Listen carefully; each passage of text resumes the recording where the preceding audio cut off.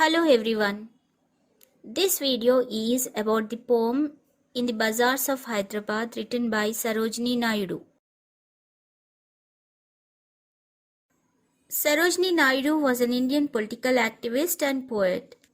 She was an important figure in India's struggle for independence from colonial rule. Her work as a poet earned her the title Nightingale of India by Mahatma Gandhi. She was called Bharata Kokila by Rabindranath Tagore. Her works include The Golden Threshold, The Bird of Time, The Broken Wing, The Indian Weavers, etc. Let us try to interpret the stanzas of the poem and try to understand the meaning that it conveys.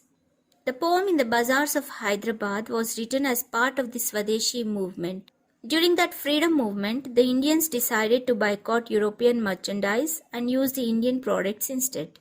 Through the poem In the Bazaars of Hyderabad, Sarojini Naidu wanted to convey the message that India is rich in tradition and they don't need the foreign products. So she goes on to give a picture of a bazaar where traditional Indian products are being sold. Here goes the first stanza for you all. What do you sell, O ye merchants? Richly your wares are displayed. Turbans of crimson and silver, tunics of purple brocade, mirror with panel of amber, daggers with handles of jade. The poem begins with the poet's questions to the merchants about what they are selling. She says that the goods are displayed nicely to attract the buyers.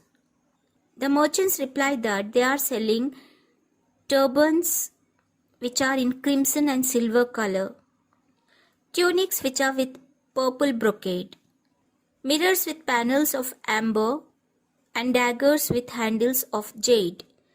Jade is a green color stone. Here goes the second stanza for you all. What do you weigh, O ye vendors? Saffron and lentil and rice. What do you grind, O ye maidens? Sandalwood, henna and spice. What do you call, O ye peddlers? Chessmen and ivory dice. The poet then visits the vendors, the maidens and the peddlers. She asks the vendors what they are weighing for sale. The vendors reply that they are weighing saffron, lentil and rice. The poet then asks the maiden girls what they are grinding. They reply that they are grinding sandalwood, henna and spice.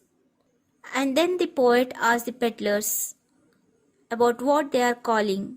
Then they reply that they are selling chessmen and dice made from ivory for the game of chess.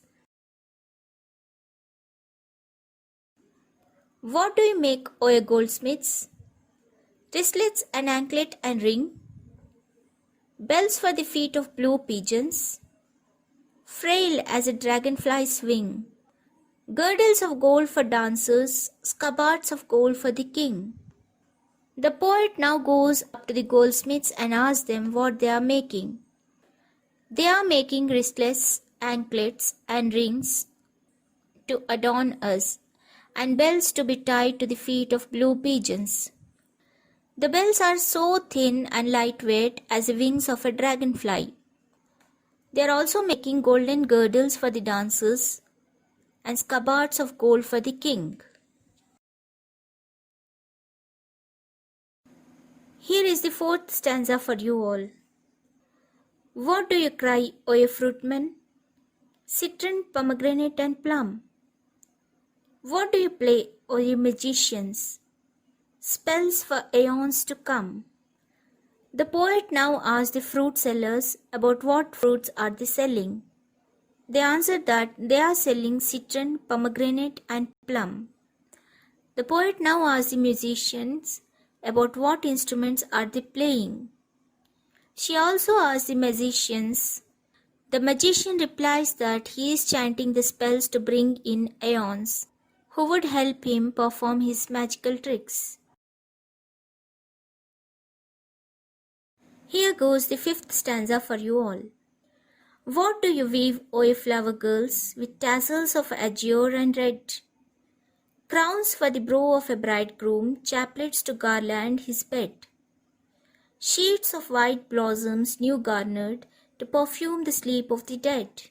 In the fifth and the last stanza of the poem, the poet asks the flower girls what they are weaving with the azure and red tassels. The flower girls are making garlands for the bride and the groom to adorn their bed for the wedding.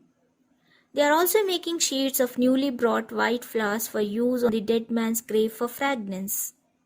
Thus, the poet Sarojini Naidu represents an Indian market to give us a sense of rich Indian heritage. This poem was her protest against the European products and an appreciation of our own goods.